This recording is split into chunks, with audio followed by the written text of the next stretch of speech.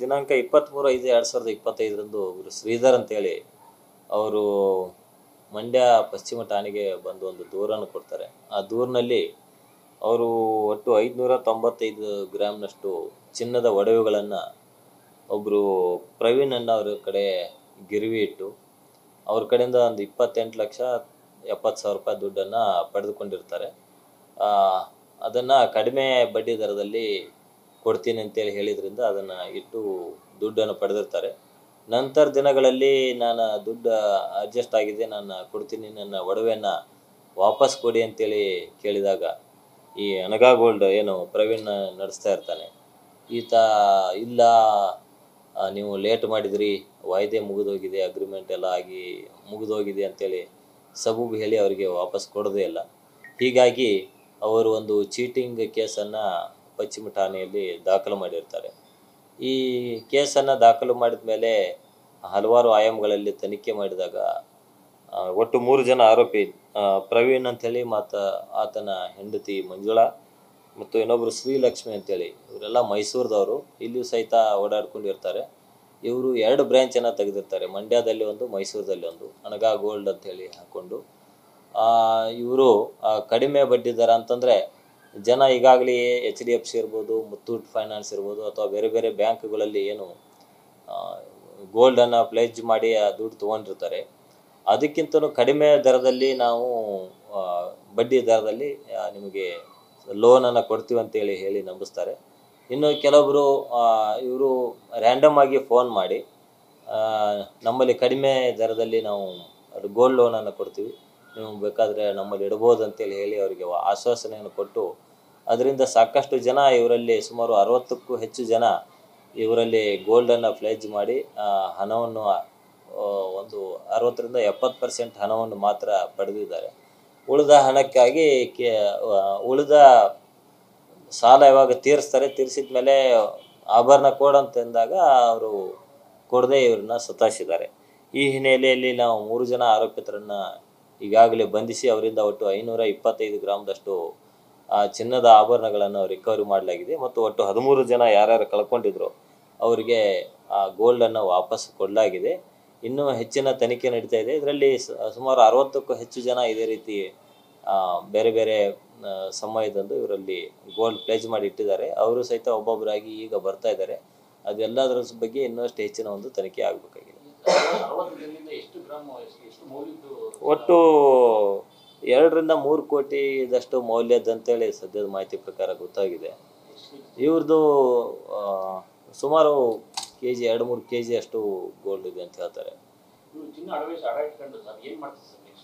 ಇಲ್ಲ, ಇವರು ಆ್ಯಕ್ಚುಲಿ ಅವ್ರದ್ದು ಉದ್ದೇಶ ಇವರಿಗೆ ವಾಪಸ್ ಕೊಡುವಂಥ ಉದ್ದೇಶ ಆಗಿರಲಿಲ್ಲ. ನಮ್ಮ ತನಿಖೆಯಲ್ಲಿ ಕಂಡು ಬಂದಿದ್ದೇನಂತಂದರೆ ಇವರು ಚಿನ್ನನ ಅಡ ಇಟ್ಟ ತಕ್ಷಣವೇ ಅದನ್ನು ಮೈಸೂರಿನಲ್ಲಿ ಹೋಗಿ ಅದನ್ನು ಕರಗಿಸಿಬಿಡ್ತಿದ್ರು.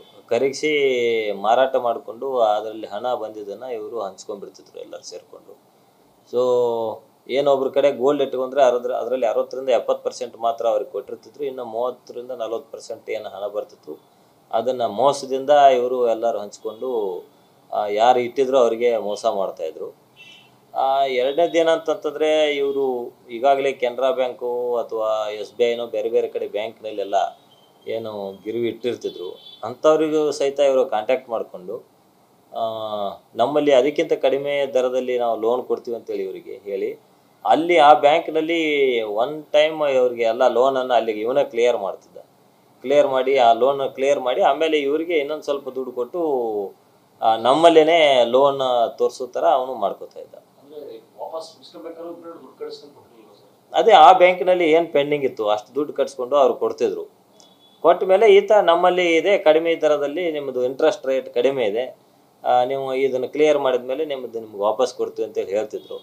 ಮತ್ತು ಈ ಥರ ಮಾಡುವಾಗ ಇವರೊಂದು ಅಗ್ರಿಮೆಂಟಿಗೆ ಸೈನ್ ಹಾಕ್ಸೋತಿದ್ರು. ಆ ಅಗ್ರಿಮೆಂಟ್ನಲ್ಲಿ ಈ 6 ತಿಂಗಳು ಅಥವಾ 1 ವರ್ಷದೊಳಗಾಗಿ ಏನಾದರೂ ನಾವು ಹಣವನ್ನು ವಾಪಸ್ ಕಟ್ಟದೇ ಇದ್ದರೆ ಮತ್ತು ಇದನ್ನು ಏನು ಇಂಟ್ರೆಸ್ಟ್ ಎಲ್ಲ ಕ್ಲಿಯರ್ ಮಾಡದೇ ಇದ್ದರೆ ಮುಟ್ಟುಗೋಲು ಹಾಕ್ತೀವಿ ಅನ್ನೋ ಒಂದು ಕಂಡೀಷನ್ ಎಲ್ಲ ಹಾಕ್ಕೊಂಡಿದ್ರು. ಹೀಗಾಗಿ ಜನಕ್ಕೆ ಅದು ಗೊತ್ತಾಗದೆ ಒಂದು ಲೋನ್ ಪಡೆಯೋ ಭರದಲ್ಲಿ ಅಗ್ರಿಮೆಂಟ್ಗಳನ್ನು ಸರಿಯಾಗಿ ಓದದೇ ಇದ್ದಿದ್ದರಿಂದ ಸೊ ಈ ಥರ ಭಾಳಷ್ಟು ಜನ ಮೋಸಕ್ಕೊಳಗಾಗಿದ್ದಾರೆ. ಇದಕ್ಕೆ ಸಂಬಂಧಪಟ್ಟಂತೆ ಇನ್ನೂ ಹೆಚ್ಚಿನ ತನಿಖೆ ಇನ್ನೂ ಆಗಬೇಕಾಗಿದೆ. ಇದು ಒಂದು ರ್ಯಾಂಡಮ್ ಆಗಿ ಫೋನ್ ಮಾಡ್ತಾಯಿದ್ರು. ರ್ಯಾಂಡಮ್ ಆಗಿ ಯಾರಿಗೋ ಒಂದು ನಂಬರ್ಗಳು ತೊಗೊಂಡು ನಿಮಗೆ ಗೋಲ್ಡ್ ಲೋನ್ ಏನಾದರೂ ಬೇಕಾಗಿದೆಯಾ, ಬೇರೆ ಬ್ಯಾಂಕ್ನಲ್ಲಿ 15% ಇದೆ, 20% ಇದೆ, ನಮ್ಮಲ್ಲಿ ಬರೀ 5%, 7%, ಹಿಂಗೆ ಬಾಯಿ ಬಂದಾಗೆ ಒಬ್ಬೊಬ್ರಿಗೆ ಒಂದೊಂದು ಥರ ಹೇಳ್ತಾಯಿದ್ರು. ಇನ್ನೊಂದು, ಯಾರು ಈಗಾಗಲೇ ಬೇರೆ ಬೇರೆ ಬ್ಯಾಂಕ್ನಲ್ಲಿ ಇಟ್ಟಿರ್ತಾರೆ ಅಂಥವ್ರದ್ದು ಸಹಿತ ಹೇಗೋ ಒಂದು ಮಾಹಿತಿಯನ್ನು ಕಲೆ ಹಾಕ್ತಾಯಿದ್ರು. ಆ ಕಲೆ ಹಾಕಿ ಅಂಥವ್ರನ್ನ ಕಾಂಟ್ಯಾಕ್ಟ್ ಮಾಡ್ತಾಯಿದ್ರು. ನೀವು ಇಂಥ ಬ್ಯಾಂಕ್ನಲ್ಲಿ ಈಗಾಗಲೇ ಎಷ್ಟು ಇಟ್ಟಿದ್ದೀರಿ, ಅದಕ್ಕಿಂತ ಕಡಿಮೆ ದರದಲ್ಲಿ ನಾವು ನಿಮಗೆ ಇದು ಮಾಡ್ತೀವಿ ಅಂತೇಳಿ ಹೀಗೆ ಮಾಡೋದ್ರಿಂದ ಜನ ಕಡಿಮೆ ಬಡ್ಡಿ ಆಸೆಗಾಗಿ ತಮ್ಮ ಇದ್ದ ಎಲ್ಲ ಚಿನ್ನಾಭರಣಗಳನ್ನು ಕಳ್ಕೊಂಡಿದ್ದಾರೆ. ಹಾಂ. ಸೊ ಈ ರೀತಿ ಪ್ರಕರಣಗಳು ನೋಡಿದ ಮೇಲೆ ಭಾಳ ಮುಖ್ಯವಾಗಿ ಅವರು ಏನು ಅಗ್ರಿಮೆಂಟ್ಗಳು ಸೈನ್ ಹಾಕ್ಸ್ಕೋತಾರೆ ಮತ್ತು ಸೇಫ್ಟಿ ಬಗ್ಗೆ ಎನ್ಶ್ಯೂರ್ ಮಾಡ್ಕೊಂಡು ಮಾಡಬೇಕಾಗ್ತದೆ. ಸಾರ್ವಜನಿಕರು ಕಡಿಮೆ ಬಡ್ಡಿ ದರ ಅಂತೇಳಿ ಅಂದ್ಕೊಂಡು ತಮ್ಮ ಚಿನ್ನವನ್ನು ಅಲ್ಲಿ 4-5% ಭಾಳ ಆದರೆ ಕಡಿಮೆ ಬಡ್ಡಿ ದರದಲ್ಲಿ ಕೊಡ್ಬೋದು ಅವರು.